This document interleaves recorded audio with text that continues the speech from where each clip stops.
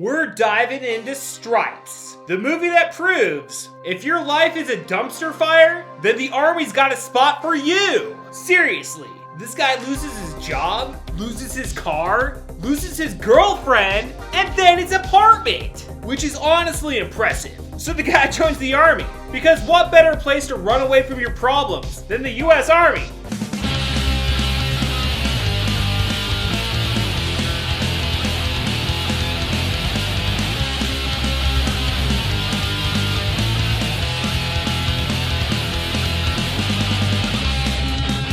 Stripes, the movie that proves you don't need brain discipline or a clue to become a war hero. Stripes was Harold Ramis' first big acting gig, with him and Bill Murray improvising most of their lines and turning the Army into the world's weirdest summer camp. So apparently this movie was originally written for Cheech and Chong, but the movie did give us John Candy's legendary mud wrestling debut and Judge Reinhold's first film role.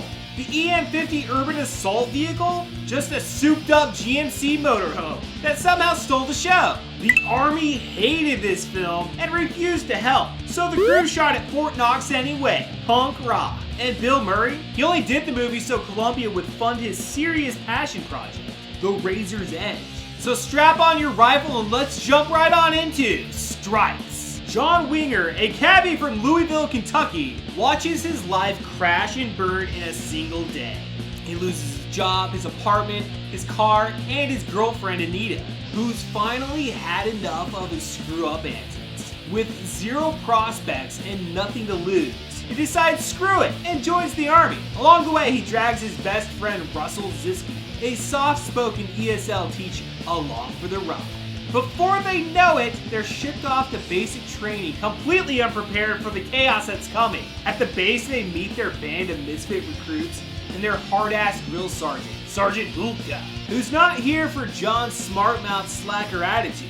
Among the recruits is Ox, a lovable but overweight guy who just wants to drop some pounds and get a little respect. John immediately rubs Hulka the wrong way, but that doesn't stop him and Russell from hooking up with the two badass MPs, Luis and Stella. Things get messy when John and Russell decide to sneak off base. Russell owns up to it, but John keeps his mouth shut, letting his buddy take the heat.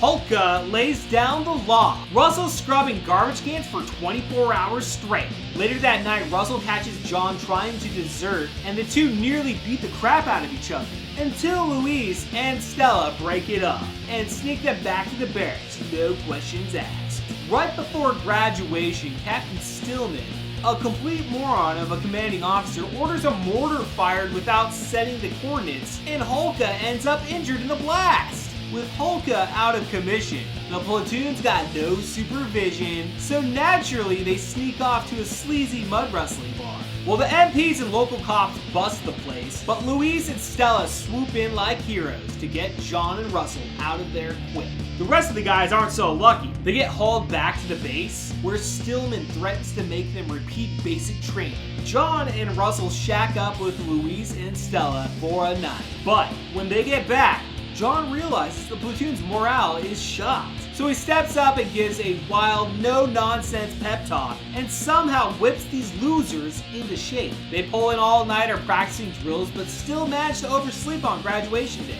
In true John Winger fashion, they show up late but steal the show with an off-the-wall rebellious drill routine that somehow impresses General Barney.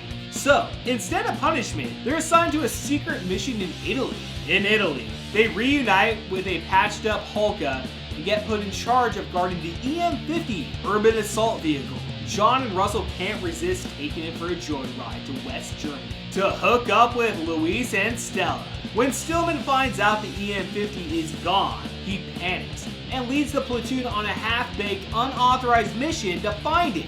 Of course, Stillman screws up big time, accidentally leading the platoon straight into Czechoslovakia, where the Soviets promptly captured him. Hulka manages to escape and sends out a distress call. John, Russell, Luis, and Stella roll out of the EM-50, crash into the Soviet base, and pull off a balls-to-the-wall rescue with Hulka backing them up. When they get back to the good old United States of America, they're treated like rock stars. Hulk retires and opens a fast food joint. John and the gang land on magazine covers, and Stillman gets shipped off to freeze his ass off at a weather station in Nome, Alaska. Stripes, ladies and gentlemen! This movie felt like an institution of my childhood. I remember going to my dad's house during the summers and binging all the 1980s comedies he owned. We must have watched the same handful over and over again, and Stripes was definitely one of them. It's funny though, because every few years I go back and rewatch Stripes, but this time around, something hit different. I got to the graduation scene and thought, I don't remember how this movie ends. That got me thinking. Earlier that day, I sent a message to my buddy Rowdy Ritter on Instagram, telling him I was rewatching Stripes for Video Rental Chaos. His simple reply was, I like the first 15 minutes and that's it.